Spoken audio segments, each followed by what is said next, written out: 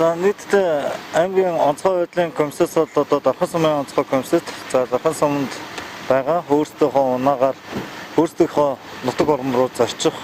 За дээрх 6 аймгийг бол өгсөн. За дээрх 6 аймгаас болохоор бас хөвсгөлийн хол одоо автовокзал руу нэгтгэгдээд явж байна. За Аранхангай аймгийн одоо онцгой байдлын комиссээс гаргасан шийдвэрийн дагуу Аранхангай иргэдэг бол хүлээж авах болцоогүй гэдэг бол ийм шийдвэр гарсан. За дээрх одоо үлдсэн 4 аймгаас болохоор Баян-Онгор аймгийн нэг иргэн за явах машин байхгүй болоод буцлаа.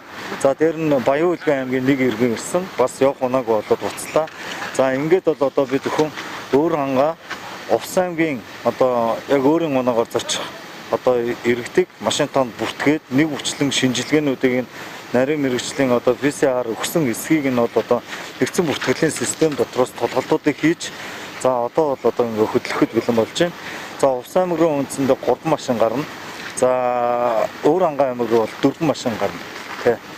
За нийт хүний тоо нь бол одоо Өөрхангай аймаг руу 4 машинд нийтдээ 11 иргэн одоогийн байдлаар бол бүртгүүлээд за дээр нь бол одоо 2 иргэний бас шинжилгээг бол одоо бид нар эцсийн байдлаар нэгтэлж байна. За Увс аймаг руу бол эхний одоо машин дотор бол одоо оюутнууд болон за дээр нь бол одоо иргэдэн нийтдээ 11 хүний бүрэлдэхүүнтэй суусан байгаа.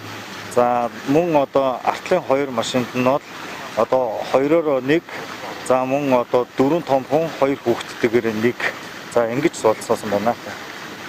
Бусад аймагаараа зорчих иргэдийн хувьд одоо хизээ хүсэлтийн хүлээж авч чадах юм. За энд бол одоо 21 аймгийн одоо Дархан уул аймагт Дархан суманд байгаа иргэдийг л одоо бид нэгдсэн бүртгэлийн системд бүртгэж авч за аймгийн онцгой комиссээс бол одоо нарийн PCR шинжилгээг бол одоо бүгднгээс нь авсан. За энэ дээр одоо ирсэн аймагуудын төлөвлөлтүүдийг л одоо бид өхөн гаргаж байгаа. Бусад аймагуд ч гэсэн бол энд хамрагдах бүрэн бололцоотой байсан. Тэгэхээр яг смарт Дархан цэг хомоор иргэд орчихсон нийт хүчний иргэд бүртгүүлснээс одоо өнөөдөр автовокзал дээрээс явж байгаа 3 аймаг за одоо эндээс явж байгаа 2 аймаг нийт 5 аймаг руу нийт дүнгээр одоо хичнээн хэдий хүсэл гаргаснаас хэдэн яг өнөөдөр ингээд буцаж байгаа юм. За ер нь бол одоо энэ дээр бол нийтийн тээврийн унаагаар бол одоо зорчих иргэдүүдийн аймагуд руу хүсэл гарсан иргэдүүдийн тоо бол одоо арцсангуй өссөн. Дүнгээрээ бол одоо аймгийн онцгой комисс дээр бол нэгтгэгдэж байна өнөөдөр. За хараахан бол дүнг итгэхэд бол одоо бас боломжгүй. Өнөө өрөөний байдлаар бол эцэслэгдэнэ. За хувийн тээврийн унааны хэрэгслэр 46 иргэн бүртгэгдсэн. За дээрх одоо бүртгэгдсэн иргэдээс тухайн цаг хугацаанд шинжилгээндээ хамрагдсан. За дээр нь бол хамрагдсан иргэд дотроос бас одоо явхаа болж байгаа юм шийдвэрүүдээ гаргасан юм шийдвэрүүдээ бол Албан сумын онцгой комиссд мэдээлээд өнөөдөр одоо бид бүхний авсан судалгаа нэгтгэлээр Өөрхангай Увс аймгийн иргэдэл бол буцаж байна.